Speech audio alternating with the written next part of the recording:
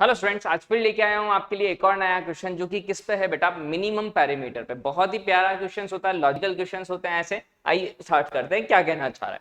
देखिए क्वेश्चन क्या कह रहा है, let P be the point 5,3। तो सबसे पहले तो अपन को क्या बोला गया है बेटा कि एक पी पॉइंट है 5,3 है अपने पास।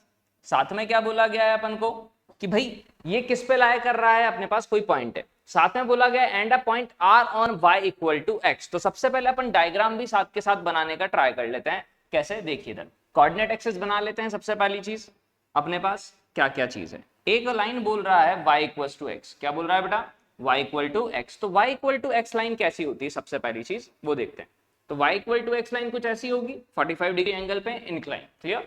आगे क्या बोला, एक एक्स एक्सिस पर पॉइंट है such that P Q plus Q R plus R P is minimum. मतलब कि क्या है बेटा, अपने को पी पॉइंट दिया है 5,3। तो सबसे पहली चीज मैं आपसे पूछना चाहूंगा, 5,3 इस साइड होगा या इस साइड होगा। ऑब्वियस है, एक्स कोऑर्डिनेट बड़ा है, वाई कोऑर्डिनेट छोटा है, यहाँ दोनों बराबर होते हैं। तो 5,3 कहीं यहीं कहीं लाया करेगा बेटा, ऑब्वियस ही चीज है। तो पी पॉइंट अपने पास क्या दिया हुआ है, 5,3।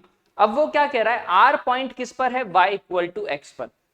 तो आप खुद सोचिए, मैंने मान लिया कि यहां कहीं है R point y equal to x पर, और बोला है q पॉइंट जो है वो किस पर है, x एक्सिस पर।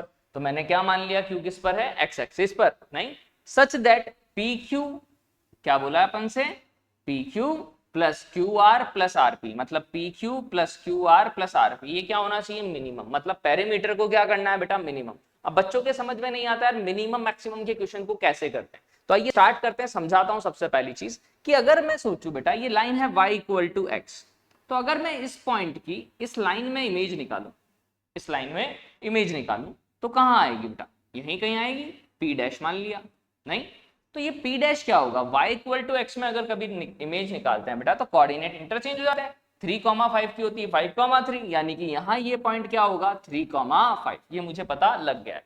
अब भाई अगर आपको पता हो, इमेज का मतलब ही क्या होता है कि ये डिस्टेंस और ये डिस्टेंस इक्वल, ये साइड दोनों में कॉमन है, ये 90 डिग्री है। तो क्या ये ट्राइंगल कॉन्ग्रुएंट होंगे, ये वाला और ये वाला। हाँ सर बिल्कुल होंगे।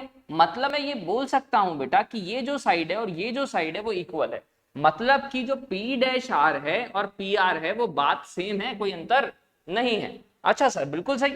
इसी तरह मैं अगर यहां से इमेज निकाल दूं बेटा इसकी, समझ रहे हो, तो जितना ऊपर आएगा उतना ही नीचे। इसको यहां से मीट कर दूं, ये मान लिया पी डबल डैश है इसकी इमेज। एक्स एक्सिस में इमेज कैसे निकालते हैं, वाई जितना ऊपर है उतना ही नीचे, यानी क्या होगा बेटा 5,-3। तो मैंने देखा इमेज है, मतलब ये और ये डिस्टेंस इज इक्वल है।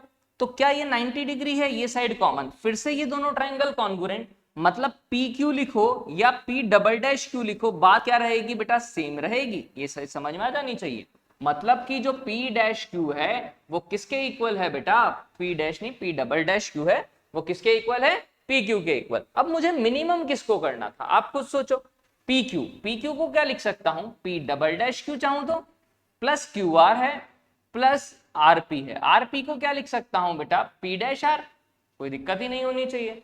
मतलब कि अगर आप ध्यान से देखो तो मुझे किसको मिनिमम करना है, P double dash Q plus Q R plus P dash R. इन तीन पॉइंट्स को मिनिमम करना है, ये तीन जो लाइंस आ रही है इनका सम। अब आप खुद सोचो कि यार तीन लाइन का सम कब मिनिमम हो सकता है, जब ये स्ट्रेट लाइन में हो।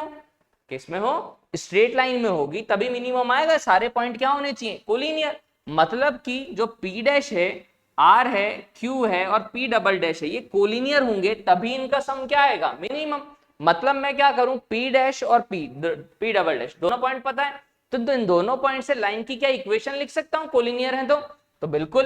तो इक्वेशन क्या होती थी बेटा, y minus y1 two point form y2 minus y1 upon x2 minus x1 bracket में x माइनस x1।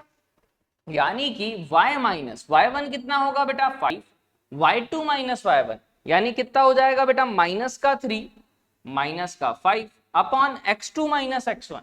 x2 कितना है 5, x1 कितना है 3, तो 5 माइनस 3, x माइनस x1 यानी 3। तो ये माइनस का 8 आया, ये 2 आया, माइनस 8 अपॉन 2 यानी माइनस का 4, x माइनस 3, y माइनस 5 यानी कि माइनस 4x प्लस का 12 इक्वल्स टू y माइनस 5 यानी कि 4x plus y equal to 70। यही आया। अब मुझे क्या निकालना है, q के कोऑर्डिनेट। Q किस पर है बेटा, x एक्सिस पर, तो y कोऑर्डिनेट 0 होगा, तो इस इक्वेशन में क्या रख देता हूं, y इक्वल टू 0। यानी कि अगर देखा तो x की वैल्यू आ गई 17/4, यानी Q के कोऑर्डिनेट क्या आ जाएंगे 17/4, 0। गॉट इट बेटा।